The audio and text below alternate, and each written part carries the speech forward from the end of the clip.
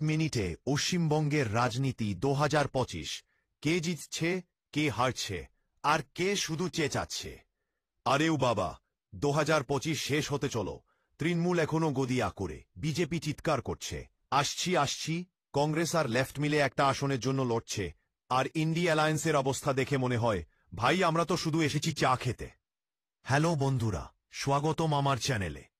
আজকে আমরা একদম রোস্ট মোডে চলে যাচ্ছি পশ্চিমবঙ্গের রাজনীতির ময়দানে। লাইক করো, সাবস্ক্রাইব করো, আর কমেন্টে বলো তোমার ফেভারিট পার্টি কে, নাকি কেউই না। চলো শুরু করি। পার্ট 1, তৃণমূল কংগ্রেস। প্রথমে আসি রাজ্যের বস, মানে দি বস, তৃণমূল কংগ্রেস। দিদি এখনো 250+ আসনের স্বপ্ন দেখছেন, কিন্তু 2024 লোকসভায় 249টা আসন পেয়ে মনে হয় একটু ঘুম ভেঙেছে।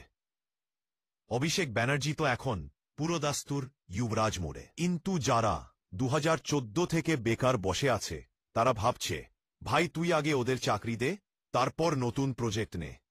লক্ষ্মীর ভাণ্ডার চলছে, দুয়ারে সরকার চলছে, কিন্তু দুয়ারে দুর্নীতির অভিযোগও কম নেই। সিবিআই ইডি আসছে যাচ্ছে, পার্থ চ্যাটার্জি জেলে, অর্পিতা 50 কোটি গুনছে, আর তৃণমূল বলছে এটা বিজেপির ষড়যন্ত্র। ভাই, ষড়যন্ত্র হলে তো টাকাগুলো নিজে নিজে পার্থদার বাড়ি চলে যেত না। Part 2, BJP. এবার আসি বিজেপি। 2021-এ 7টা আসন, আসছে বাংলায় 200 পার স্লোগান। তারপর 2024-এ লোকসভায় 12টা আসনেতে পারবে।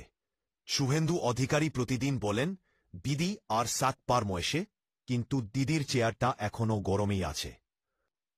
অধীর চৌধুরী একাই লড়ে গেলেন, কিন্তু মমতা আর রাহুল গান্ধী মিলে তাকে বিজেপির বি টিম বানিয়ে ছাড়লেন। লেফটের অবস্থা আরও করুন। 41 বছর রাজত্ব করা পার্টি এখন পুরো বাংলায় একটা আসনের জন্য কাটছে। সূর্যকান্ত মিশ্র বলেছেন আমরা ফিরে আসব, কিন্তু জনগণ বলছে ভাই তুমি তো গুগল ম্যাপে খুঁজে পাওয়া যাচ্ছে না। এ অভীষ্যদানী আরও কাটছে। তো 2024 কি হবে? তৃণমূল যদি দুর্নীতি কমায় আর কাজ দেখায়, তাহলে আবার 108+ আসন। বিজেপি যদি সত্যি সত্যি একটা ফেজ দিয়ে শুভেন্দু নয়, দিলীপ নয়, একদম নতুন কেউ, তাহলে 100 থেকে 120 আসনের লড়াই হতে পারে। কংগ্রেস লেফট আইএসএফ মিলে 10-15টা আসন পেলেই বড় খবর। আর হ্যাঁ, মমতা ব্যানার্জি যদি বলেন আমি প্রধানমন্ত্রী হব, তাহলে বাংলার ভোটাররা বলবে দিদি আগে বাংলা ঠিক করো, তারপর দিল্লি এইও। তো বন্ধুরা, তোমার মতে 2024-এ কে জিতবে? কমেন্টে লিখে জানাও। ভিডিও ভালো লাগলে লাইক, শেয়ার, সাবস্ক্রাইব করো, বেল আইকনটা টিপে দাও। জয় হিন্দ, জয় বাংলা।